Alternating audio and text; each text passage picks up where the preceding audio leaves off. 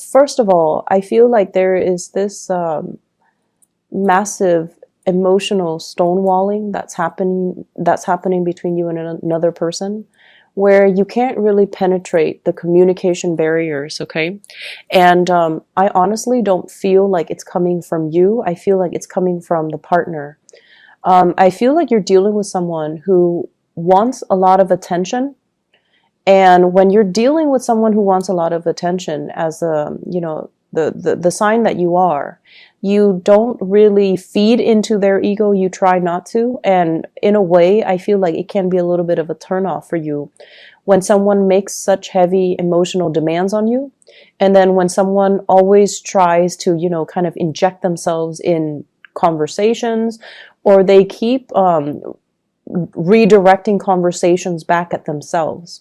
And so I feel like this has happened in the past, where communication has been really kind of estranged and difficult between you and another person, to the point where they might say something and you don't really know how to follow up. You don't really know how to respond.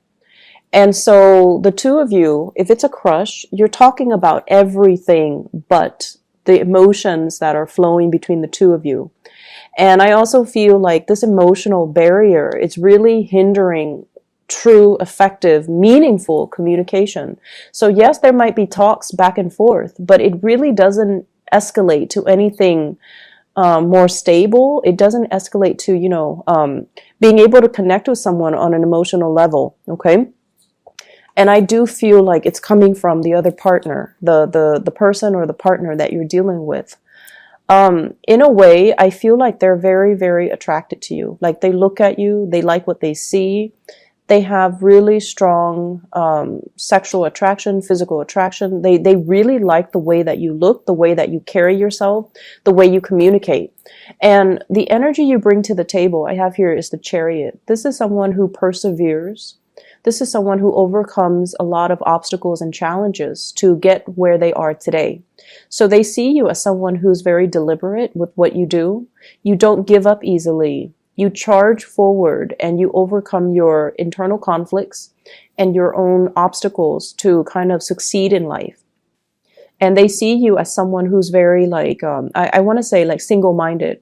When you set your mind and your intentions to achieve something, you go for it, and you don't really need other people's advice. You don't really need other people to give you, counsel or to assist you in any way. So in a way, very independent. And you're purposeful with your energy and with your vision and with, the things that you're trying to achieve in life. So this is a great card overall that indicates a lot of discipline and a lot of hard work and a lot of dedication. So in a way, they really admire that about you. And as a result of it, relationships and,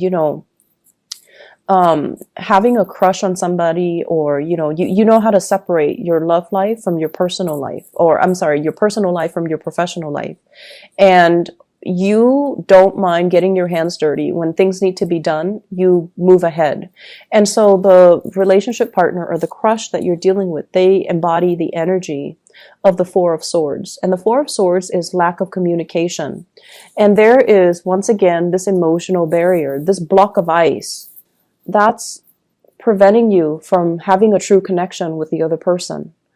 And if you look at the heart, everything is very hollowed out. So you're dealing with someone who has been dealt a great deal of emotional disappointments in their life. They are also very emotionally blocked, and they don't really know how to express themselves in an emotional way. So I feel like the communication flows in a way where it's very superficial, and it's very like scratching the surface, scraping the surface of that iceberg, and not seeing really anything underneath. Okay, so you're dealing with someone who's not emotionally available. The Four of Swords usually indicates a person who's in a relationship and they're not leaving their relationship. So if you're dealing with somebody like that, the emotional blockages is coming from their end to prevent the emotions, to prevent feeling, to prevent falling deeper in love with you. So that's what I feel is happening here. It's almost like they're purposely blocking out your efforts, or they're purposely blocking things out so that they don't feel things, because they're either in another relationship and they don't want to fall for you, or because they themselves are just not emotionally available the way that you want. So you can push and push and push ahead, but you're going to hit this emotional brick wall, and just realize that it is coming, the other person is resurrecting this wall to protect themselves, okay? I have here the Ten of Swords. And if you're dealing with an air sign in general, Aquarius, Gemini, or Libra, they're taking a little bit of a step back away from you. And I pulled out 2 cards to indicate, to clarify the Ten of Swords. Where is it coming from? And I have here the King of Wands and the Star. And the King of Wands and the Star shows up in the other spread as well. So this is a pretty significant person.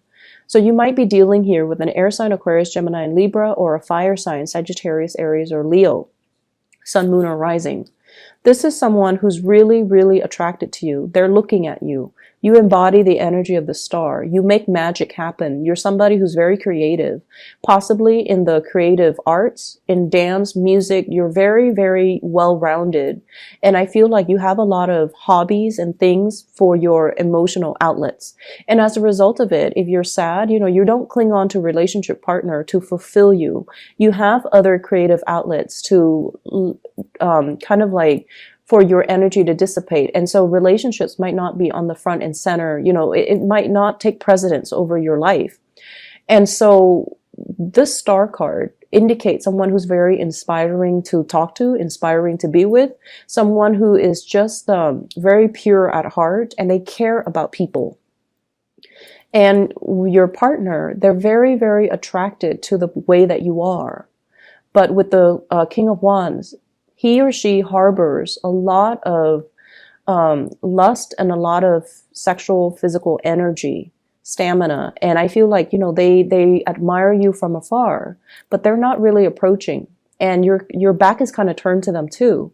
So they feel almost like they're being left out in the cold. And they feel almost like you're nurturing a relationship elsewhere, okay? And hence, they might feel a little bit betrayed. They might feel like you're not making the connection with them. They might not feel like you're in contact with them. And so they feel a little bit left out. And I feel almost like it's a cyclical pattern where you approach them, they block you, and then you move away, and then they try to make a comeback. So it's a very like childish cat and mouse type of a situation. And I feel like energetically, the two of you are not really aligning the right way in order for anything to get off the ground. So it's like when you're free, you want to communicate with them. They're busy, so they're not really giving you the attention. And then when you're busy, they're shooting you a lot of messages. So energetically and timing wise, you two are not really aligned with each other for this week, okay? And I also feel like you're at a point where this is posting a lot of pictures. This is someone who's very photogenic, and this is someone who's very attractive, very beautiful, and the energy that you embody is you're going to have a lot of people paying attention to you. So people at work, people when you walk to the grocery store, people down the street, just a lot of people in your vicinity that are really, magnetized towards you.